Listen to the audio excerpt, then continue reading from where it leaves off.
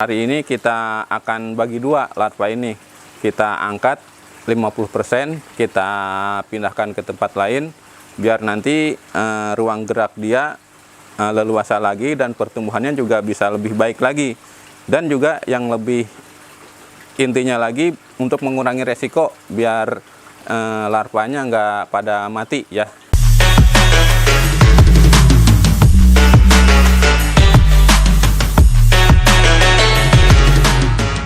Ya, selamat pagi teman-teman. Ketemu lagi di channel Adaiko Breeder. Semoga teman-teman selalu sehat, dimudahkan rezekinya, dan juga jangan lupa bahagia ya.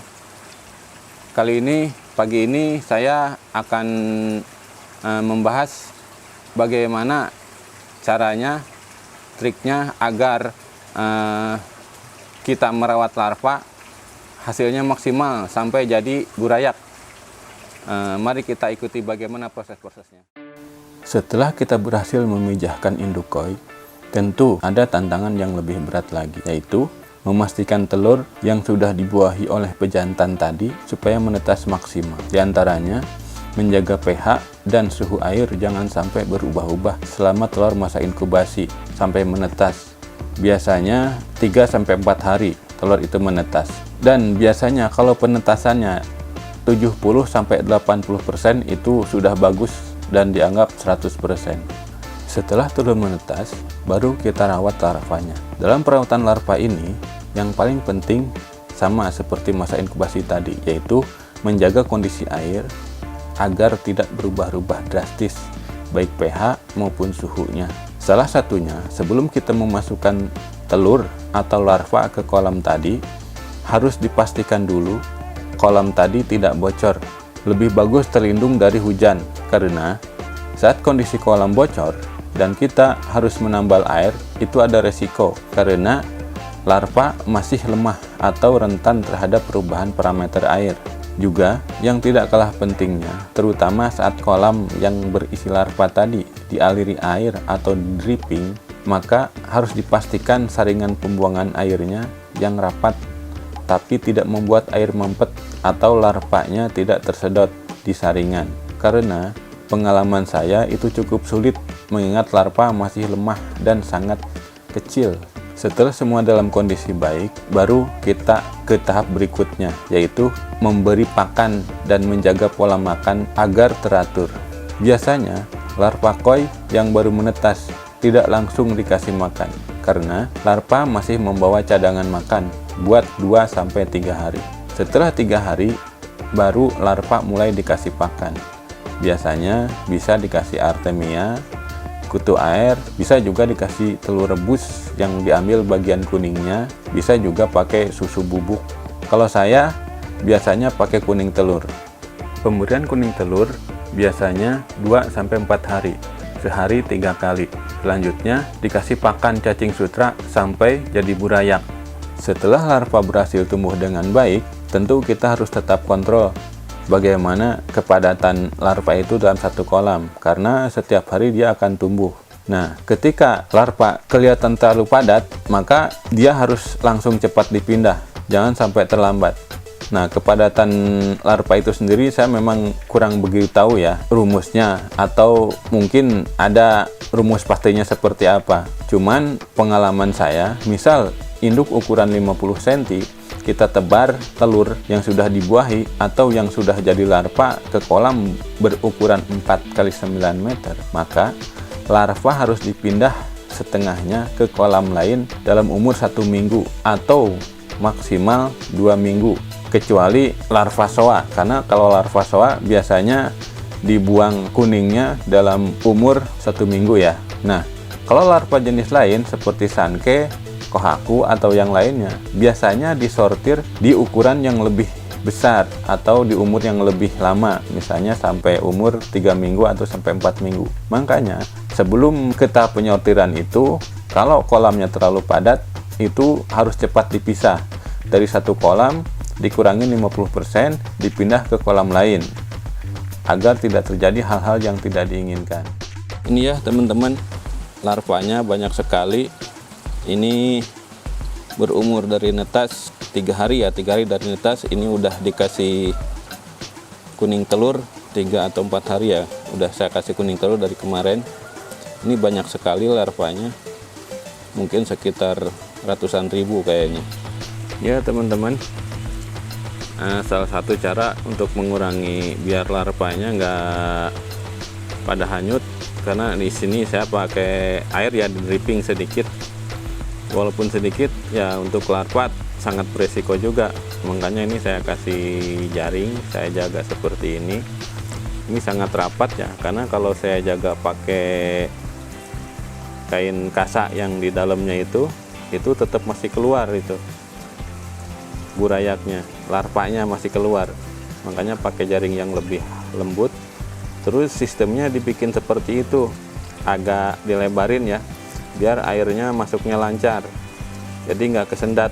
Karena kalau pas di posisi paralon dibuletin itu air biasanya kesendat dan air nanti akan tambah penuh, jadi akan beresiko nanti ketutup itunya airnya ya. Baik teman-teman, kali ini karena larva di sini sudah terlalu padat kayaknya ya. Ini berukuran umuran 5 hari sekarang ya. Cuma kayaknya karena terlalu padat, takut beresiko ya, tingkat kematiannya kan akan tinggi kalau terlalu padat. Jadi untuk mengurangi resiko itu, hari ini kita akan bagi 2 larva ini. Kita angkat 50%, kita pindahkan ke tempat lain, biar nanti ruang gerak dia leluasa lagi dan pertumbuhannya juga bisa lebih baik lagi. Dan juga yang lebih intinya lagi, untuk mengurangi resiko biar larvanya nggak pada mati ya. Nanti kita lihat prosesnya.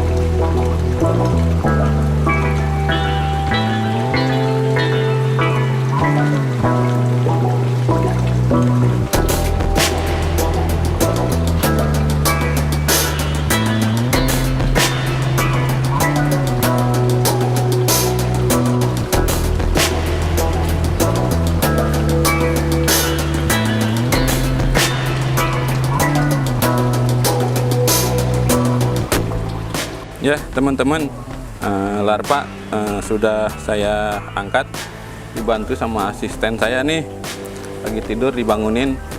Biasa kalau lagi diajakin suka cemberut, beren nggak apa-apa lah. Ini asisten pribadi ini. Ini kita angkat ya, kita angkat. Harus pelan-pelan teman-teman, ini kan larva ya, jadi sangat ringkih.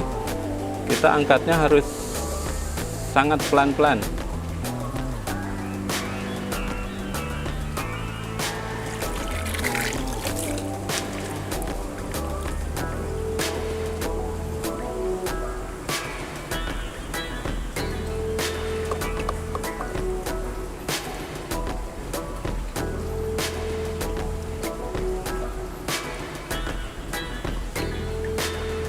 Ini sengaja pakai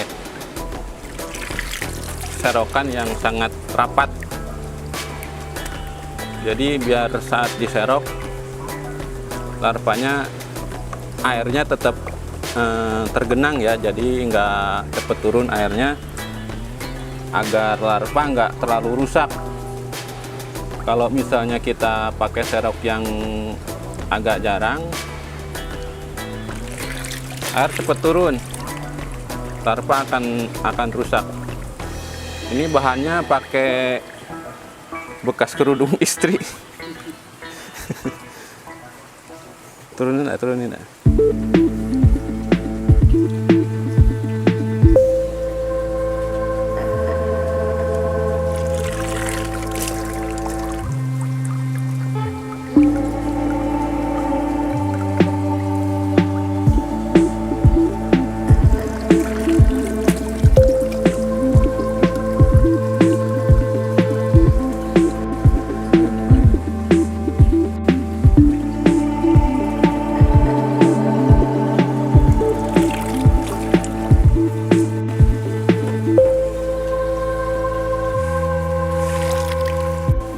Ya teman-teman, nyerok udah beres, udah diangkat mungkin sekitar 50%. Ini sangat banyak ini.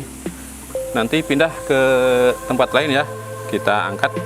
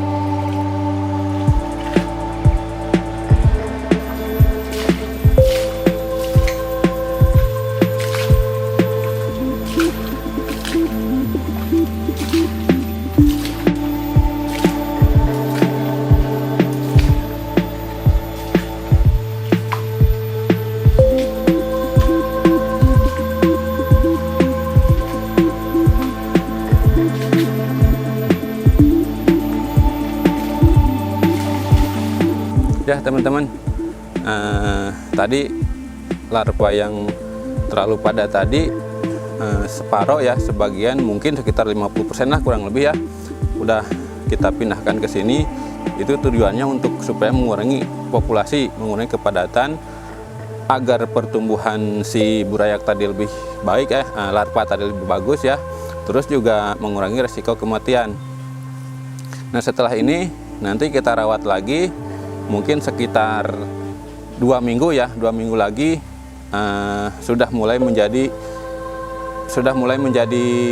burayak. Nanti setelah 2 minggu atau 3 minggu dari menetas baru kita sortir. Itulah teman-teman ya, seperti itu prosesnya.